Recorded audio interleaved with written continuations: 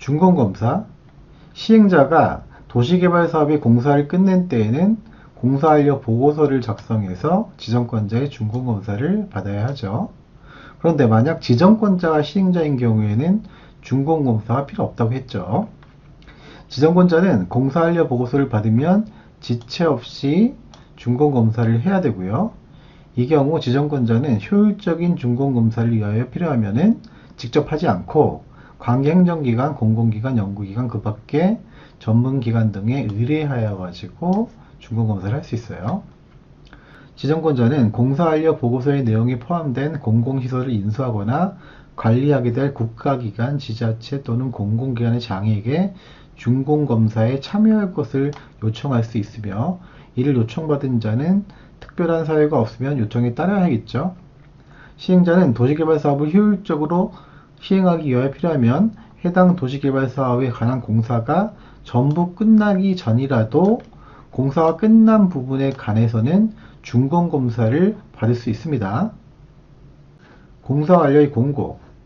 지정권자는 준공검사를 한 결과 도시개발사업이 실시계획대로 끝났다고 인정되면 시행자에게 준공검사 증명서를 내어주고 공사 완료 공고를 해야 합니다. 그런데 만약 실시계획대로 끝나지 아니하였으면 지체 없이 보완 시공 등 필요한 조치를 하도록 명해야 하죠.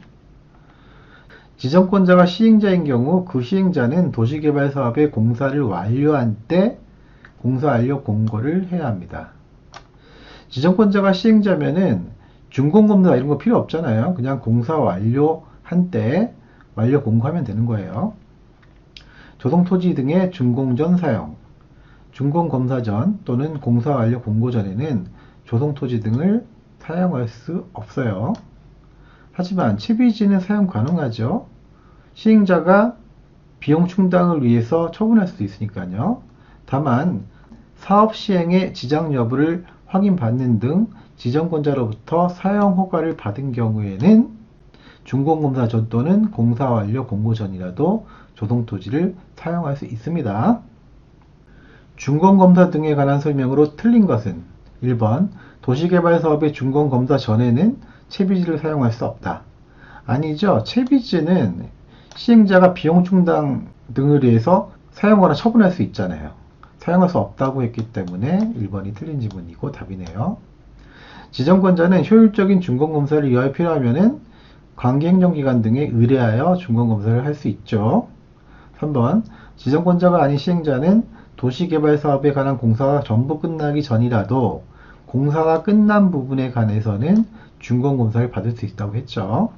4번 지정권자가 아닌 시행자가 도시개발사업의 공사를 끝낸 때에는 공사 완료 보고서를 작성해서 지정권자의 준공검사를 받아야 하죠. 5번 지정권자가 시행자인 경우 그 시행자는 도시개발사업의 공사를 완료한 때에는 공사 완료 공고를 해야 된다. 그렇죠? 지정권자가 아닌 시행자는 준공검사를 받아야 하지만 지정권자가 시행자면은 준공검사 필요 없고 공사 완료한 때 공사 완료 공고를 하면 된다고 했어요. 개발이익의 재투자. 민간 공동 투자법인이 도시개발 사업의 시행자인 경우 그 시행자는 도시개발 사업으로 인하여 발생하는 개발이익 중 민간 참여자에게 배분하여야 하는 개발이익이 이 법에 따른 이윤율을 초과할 경우 그 초과분을 이러한 용도로 사용해야 합니다. 어떤 용도냐면은 해당 지자체가 설치한 도시개발 특별회계의 납입, 그리고 해당 시군구 주민의 생활 편의 증진을 위한 주차장, 공공문화, 체육시설 등 대통령령으로 정하는 시설의 설치 또는 비용 부담, 그리고 해당 도시개발구역 내의 기반시설 설치를 위한 토지 및 임대주택 건설 용지의 공급가격 인하, 마지막으로 해당 시군구 내에서 임대주택을 건설 공급하는 사업에 드는 비용의 부담, 이런 데 써야 되는 거예요. 그 초과분을. 시행자는 개발이익의 재투자를 위하여 도시개발 사업으로 인하여 발생한 개발이익을 구분하여 회계 처리하는 등 필요한 조치를 하고 매년 또는 지정권자가 요청하는 경우 지정권자에게 해당 도시개발사업의 회계에 관한 사항을 보고해야 합니다.